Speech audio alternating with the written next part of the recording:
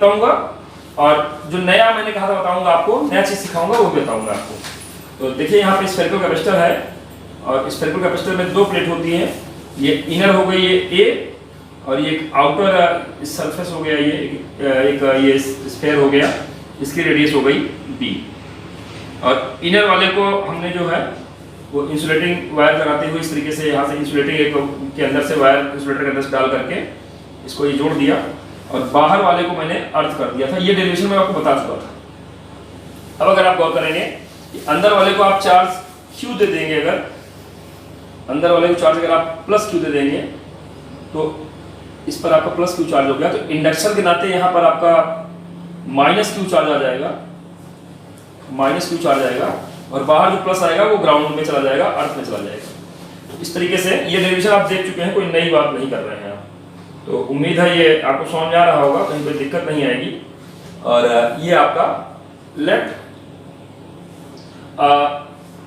Spherical capacitor have two concentric spherical या spheres या कह सकते हैं hollow spheres of radius a and B as shown in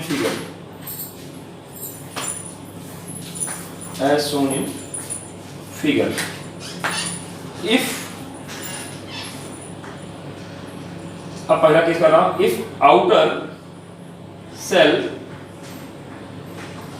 connected to earth, outer cell connected to अर्थ, तो क्या होगा, outer shell connected to earth, तो क्या होगा, पोटेंशियल डिफरेंस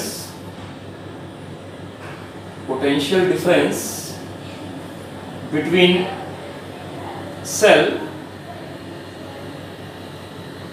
इज V बराबर इंटीग्रेशन ऑफ dV था, that is equal to minus EdR, आपको याद होगा।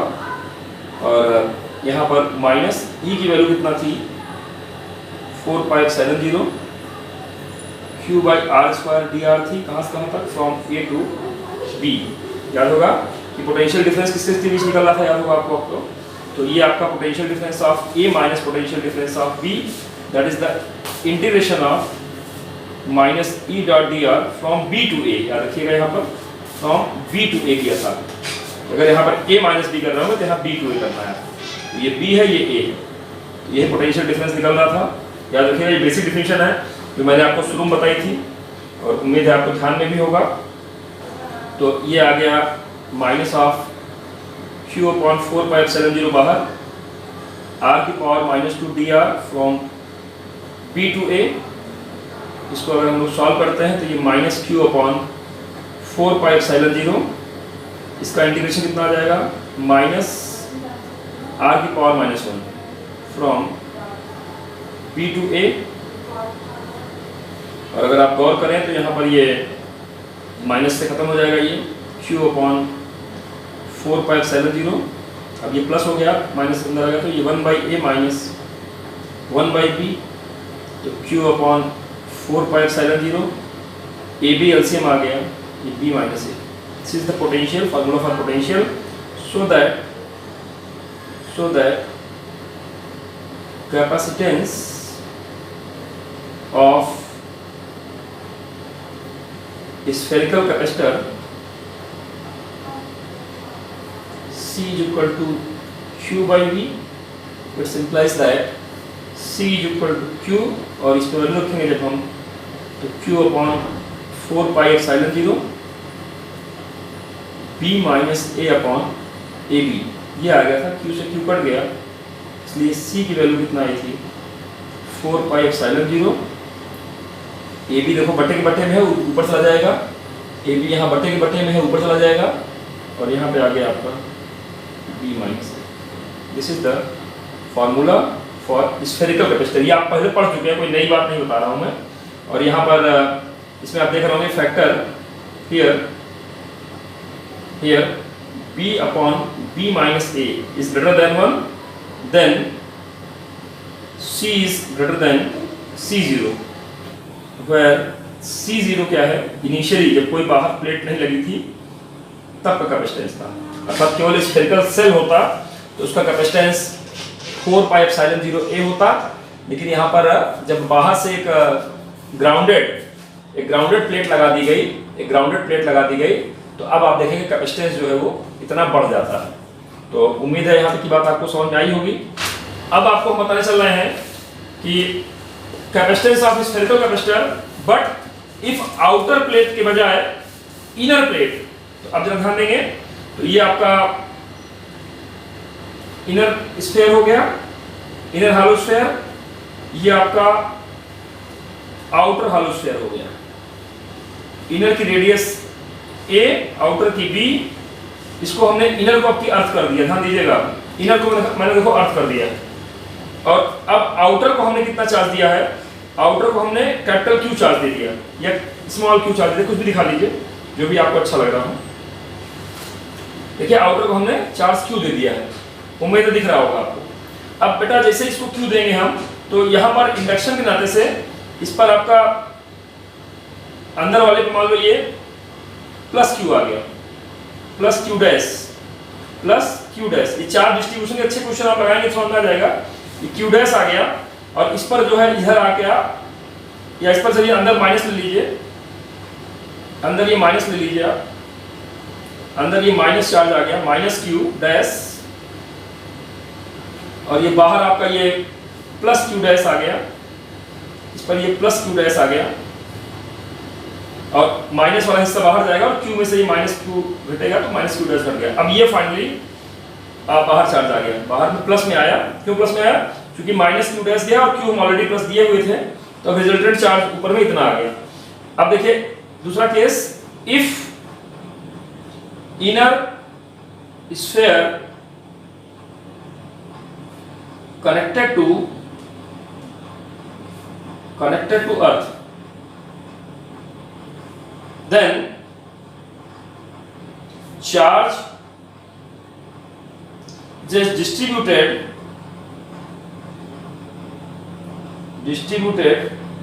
on spheres as shown in figure। अब इस तरीके से डिवाइड होगा। क्या डिवाइड किया प्रेफरेंस देख लीजिए, इनर वाले पर माइनस Q डैश आ गया, ऊपर इंडक्शन नाते प्लस आ गया, और बाहर माइनस Q गया, तो पूरा जो भी Q था तो यहाँ पर आपका कितना आ गया, Q माइनस Q डैश। अंदर कितना है यहाँ पे, इस पर Q डैश। तो अब इसको दोनों जोड़ के देखिएगा, ये Q माइनस Q डैश है, ये Q डैश है, जोड़ेंगे टोटल Q ही रहेगा, ऊपर वाले पे टोटल Q ही चार्ज दिए थे, और अंदर इंडक्शन नाते Q डैश आया। चलिए we know that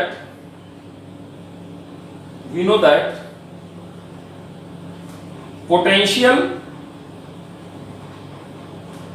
at inner sphere is 0। अंदर वाले स्फीयर का पोटेंशियल 0 है। क्यों 0 है? क्योंकि वो ग्राउंड से जुड़ा हुआ है, जो ग्राउंड जुड़ा होता है उसका पोटेंशियल 0 होता है। तो यहाँ पर पोटेंशियल है कितना एक्चुअली देखो, एक तो इस माइनस वाले नाते हैं और फिर ये दोनों जो प्लस वाले हैं इसके नाते हैं, तो 3 पोटेंशियल यहाँ है, और कुल मिला के है कितना, फाइनली 0 हो जा रहा है। तो अंदर वाले नाते पोटेंशियल कितना है, minus Q dash upon A, ये माने इसकी रेडियस 4 पाई एप्सिलॉन 0 कॉमन ले लीजिए, यहाँ पे ये आ गया minus Q dash by A। बाहर वाले नाते यहाँ कितना होगा, तो बाहर वाले नाते हो जाएगा plus Q dash upon B। क्यों?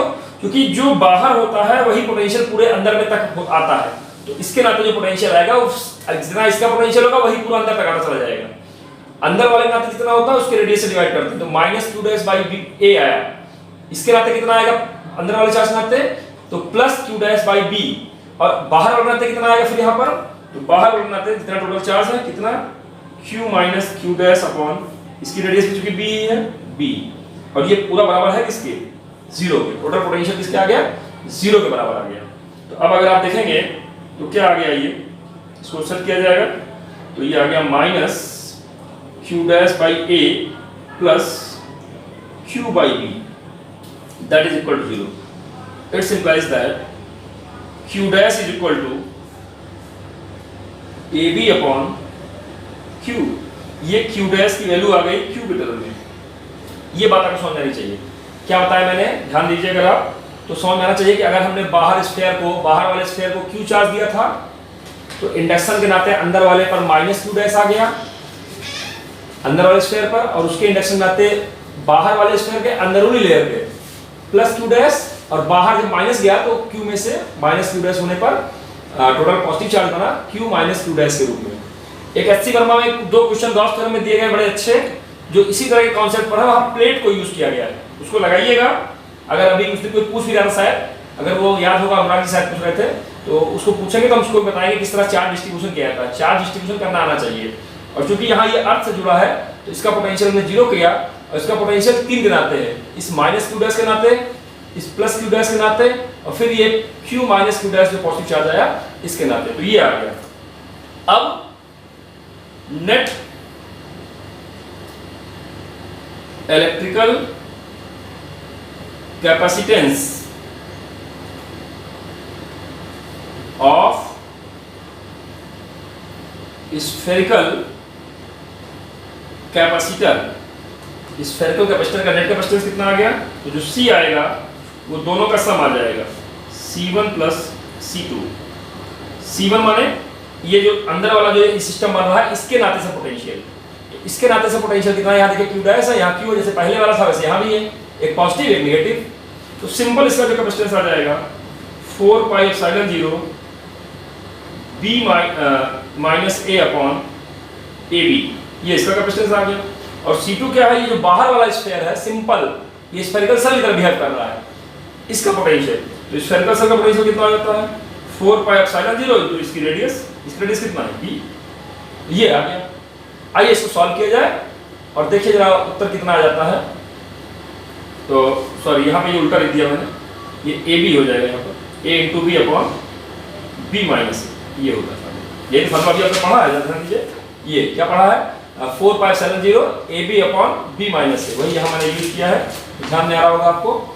4 pi epsilon 0 AB upon B minus A, याद रखिएगा ये फार्मूला है। आइए इसको सॉल्व करते हैं। तो C के लिए 4 पाई एप्सिलॉन 0 बाहर आ गया, यहाँ क्या आ गया, ये AB अपॉन B माइनस ए प्लस B।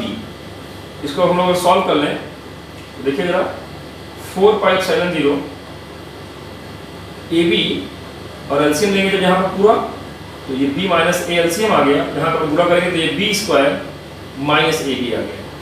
तो AB कट गया, C की जो वैल्यू आ गई 4 pi epsilon 0 B square upon B minus. ये फार्मूला हो जाता है कब, जब inner sphere attached to earth. Inner sphere अगर अर्थ से जुड़ा रहता है तो फार्मूला ये चलता है, inner sphere connected to earth के केस में ये फार्मूला चलता है। मैंने बताया इससे पहले एक कॉन्सेप्ट था आपका कॉम्बिनेशन ऑफ या ग्रुपिंग ऑफ कैपेसिटर। तो पहला कॉन्सेप्ट था आपका ग्रुपिंग ऑफ कैपेसिटर, और दूसरा कॉन्सेप्ट आपका जो आपका है वो आपका एनर्जी स्टोर्ड इन कैपेसिटर था। तो एनर्जी स्टोर्ड इन कैपेसिटर के पहले आइए जरा ग्रुपिंग ऑफ कैपेसिटर के 2-3 क्वेश्चन मैं आपको दिखाता हूं पहले। तो पहले आपको ग्रुपिंग ऑफ कैपेसिटर के क्वेश्चन दिखाता हूं, और जहां दिक्कत आएगी वो बताइएगा मुझको। तो आइए जरा ग्रुपिंग ऑफ कैपेसिटर पे क्वेश्चन दिखाऊंगा आपको। ये आपको 18 से ग्रुपिंग ऑफ कैपेसिटर पे है, इसके 70 तक लगा चुका था मैं आपके लिए। तो ग्रुपिंग ऑफ कैपेसिटर का ये देखिए 18, 19, 20, 21 इन 3 क्वेश्चंस की मैं बात करने चल रहा हूं आपसे, और उम्मीद है आपको समझ में भी आ रहा होगा। वैभव जी स्क्रीन दिख रही बेटा? चलिए क्वेश्चन नंबर 18 देखा जाए जरा। क्वेश्चन नंबर 18 में कैसे कर रहा हूं, बुक ABC है आपकी। क्वेश्चन नंबर 18 देखिए, इसमें दिया क्या है आपको, 2 स्फीयर्स ऑफ रेडियाई गिवन है, 2 स्फीयर्स ऑफ रेडियाई, R1 दे दिया गया है 2 सेंटीमीटर एंड R2 दे दिया गया है 7 सेंटीमीटर। इस connected together what is the total capacitance of combination. तो इन दोनों को अगर हमने कॉम्बिनेशन में जोड़ना है तो ये आप C1 पहले निकाल लेंगे। C1 क्या होता है 4 पाई एप्सिलॉन 0 R1 और C2 क्या होता है 4 पाई एप्सिलॉन 0 R2। तो इन सीरीज जब जोड़ते हैं हम इन सीरीज तो 1/C बराबर आता है 1/C1 प्लस 1/C2। यहाँ अगर हम वैल्यू पुट करें तो 1/4 पाई एप्सिलॉन 0 कॉमन आ जाएगा, ये आ जाएगा 1/R1 प्लस 1/R2। तो 1/C की जो वैल्यू आ गई वो कितना आ गई 9 × 10⁹, ये 1/2 प्लस 1/7 और सेंटीमीटर में है तो 10⁻⁻² नीचे आउट हो जाएगा। कुल मिला के 9 × 10⁻⁹ ये आ गया अपॉन 10⁻⁻²। यहाँ एलसीएम आ गया 14, ये 7 2 9 इस रूप में आ गया। तो C की जो वैल्यू आ गई वो कितना आ गई 14 × 10⁻⁻² अपॉन 18 × 10⁻⁹। तो 14/18 × 10⁻11 फैरड। इसको अगर हम लोग सॉल्व कर लें वो 0.777 × 10⁻11 फैरड। तो C becomes 7.8 × 10⁻12 फैरड। ये आंसर आ। चलिए पहले आइए पैरेलल देख लेते हैं। वैभव आवाज आ रही मेरी? वैभव हाँ चलिए, क्योंकि अभी टाइम आउट होने वाला होगा ना तो हम देख रहे थे कहीं कट ना गया। R1 प्लस R2 हो गया, ये क्या आ जाएगा 1/9 × 10⁻9 आ गया, ये 7 2 9 आ गया तो 9 × 10⁻⁻² आ गया। तो 9 9 कटेगा 10⁻11 फैरड आ गया। इसका मतलब 10 × 10⁻12 फैरड। इसका मतलब क्या आ गया आपका, ये आ जाएगा आपका 10 पिको फैरड। तो दूसरा उत्तर तो सही आ रहा है। पहले वाले में गुणा भाग में कहाँ गलती हुई है चेक करो एक बार। पहले वाले में कहीं गलती हो रही क्या? किसी को दिख रहा है कोई चीज? 1/4 पाई एप्सिलॉन 0 R1 R2/2। तो ये आ जाएगा 7 2 9 7 दूनी 14 7 2 14 7 9। ये भी ठीक आ रहा है। इसको हमने पलट दिया है। हाँ ये देखिए यहाँ 18 लिखा है मैंने, यहाँ पर जोड़ थोड़ी है 9 का। 9 9 क्या हो जाएगा 81 आएगा, ये 81। हाँ तो ये गलती हुई है यहाँ पर। तो ये आ जाएगा 14/81 × 10⁻11 फैरड। अब इसको आप सॉल्व करेंगे तो आंसर आ जाएगा। समझ में आ गया नहीं आ गया भाई? इन क्वेश्चन नंबर 19 बुक ABC, इसमें कहा जा रहा है 3 कैपेसिटर्स ऑफ कैपेसिटेंस गिवन है C1 कितना दिया है 2 microfarad, C2 that is 3 microfarad and C3 that is 4 microfarad are connected number 1 in series। तो सीरीज में 1/C 1/C1 plus 1/C2 plus 1/C3 ये फार्मूला चलता है, समझते हैं इस बात को आप। तो इसको अगर हम निपटाएंगे तो 1/2 प्लस 1/3 प्लस 1/4। तो एलसीएम कितना आ जाएगा यहाँ पर 12, यहाँ 6, यहाँ 4, यहाँ 3। तो C becomes 12/13 microfarad, that is the first answer 12/13। and number 2 in parallel, इसको पैरेलल करेंगे तो C = C1 plus C2 plus C3। Parallel में कैपेसिटेंस इस तरह जुड़ते हैं, सीरीज में कैपेसिटेंस इस तरह जुड़ते हैं। उम्मीद है आपको ध्यान में आ रहा होगा, कहीं कोई समस्या नहीं होगी। इन दोनों को जोड़ दिया जाएगा तो 4 3 7 2 9 माइक्रोफैरड। हमको निकालना क्या था यहाँ पर compare the effective capacitance of 2 cases. Effective capacitance निकालना है। तो अगर हम इसको C मान लें, इसको C डैश मान लें, दूसरे वाले को C डैश मान लें, तो देखिए जरा ये 12/13 आ गया अपॉन 9 आ गया, ये आ गया। और 3 से अगर काट देंगे हम इसको 9 को तो 3 चौक 12 आ जाएगा और 3 त्रिका 9 आ जाएगा। तो ऊपर 4/39 that is the ratio of C dash. तो C ratio C dash becomes 4:39. This is the another question जो आपको समझ आना चाहिए। क्वेश्चन नंबर 19 में देखिए क्या क्या दिया था, ध्यान में आ गया होगा आपको और कहीं कोई दिक्कत नहीं होगी और ये बात समझ में आ रही है। क्वेश्चन नंबर 20 देखिए आप, क्वेश्चन नंबर 20 लगा दें आपके लिए हम। क्वेश्चन नंबर 20 में क्या बोल रहे हैं आपसे, question number 20, question number 20 book का नाम ABC। इसमें कहा जा रहा है the capacitance of 3 capacitors are in ratio of 1, 2 and 3।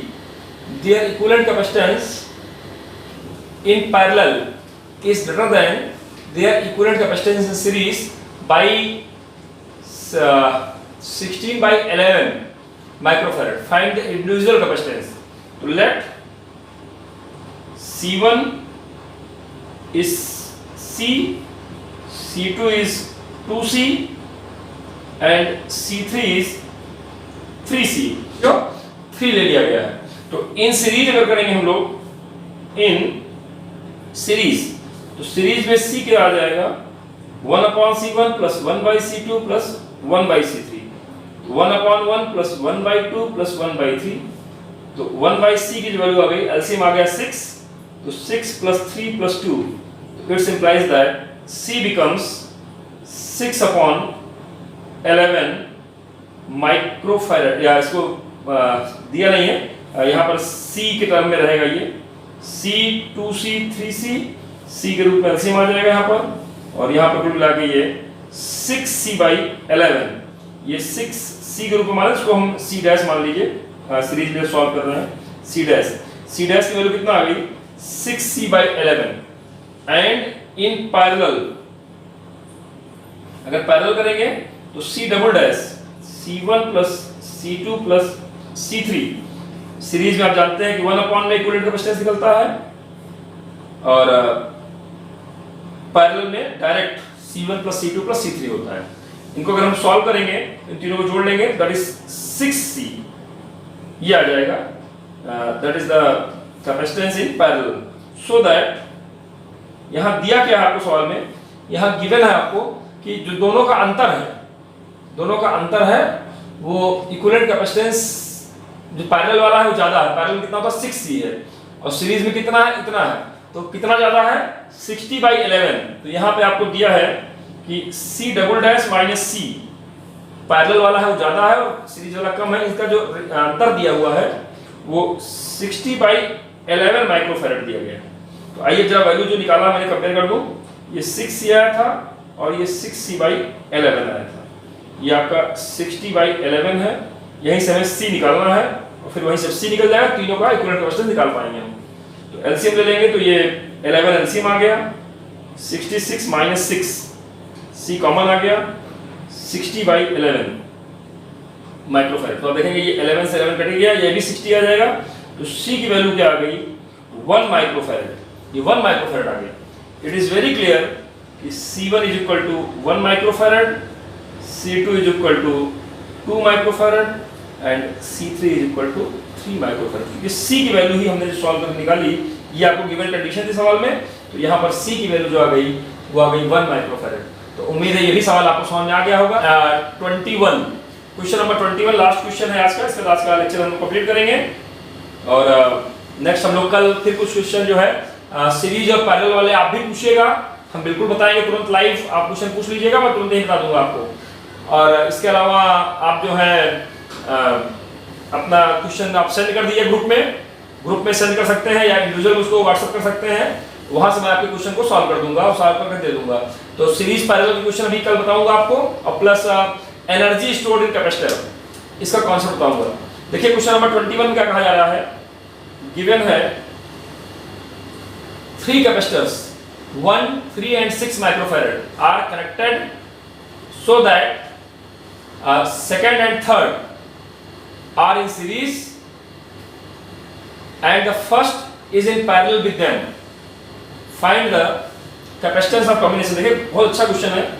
C1 क्या कहा जा रहा है 1 माइक्रोफैरड, C2 जो दिया है वो 3 माइक्रोफैरड,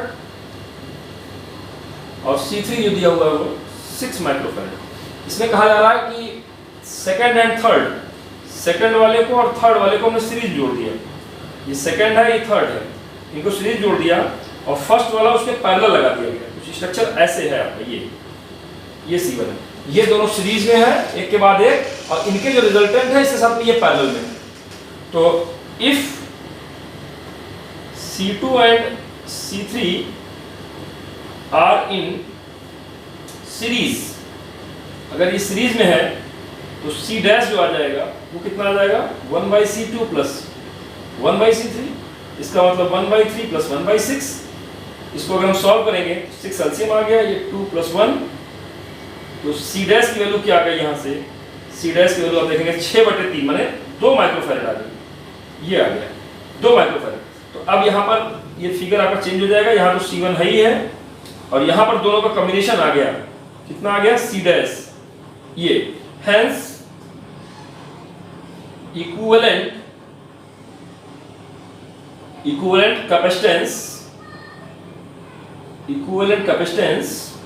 C कितना आ जाएगा। तो अब देखिए दोनों पैरेलल दिखाई पड़ रहा है आराम से, दोनों के पहली प्लेट एक जगह पे है, दूसरी प्लेट दोनों एक जगह पे है, तो दोनों पैरेलल है। पैरेलल में जो रिजल्टेंट आ जाता है या इक्विवेलेंट आ जाता है C1 माने 1 माइक्रोफैरड और C डैश कितना 2 माइक्रोफैरड, कुल मिला के इक्विवेलेंट कैपेसिटेंस कितना आ गया, दैट इज 3 माइक्रोफैरड। उम्मीद है बच्चों ये क्वेश्चन समझ आ गया होगा। तो आज मैंने आपको क्वेश्चन नंबर 18, 19 और 20 ये आपको दिखाए। यहां तक किसी कोई कंफ्यूजन, कोई समस्या, यहां तक कोई समस्या किसी को?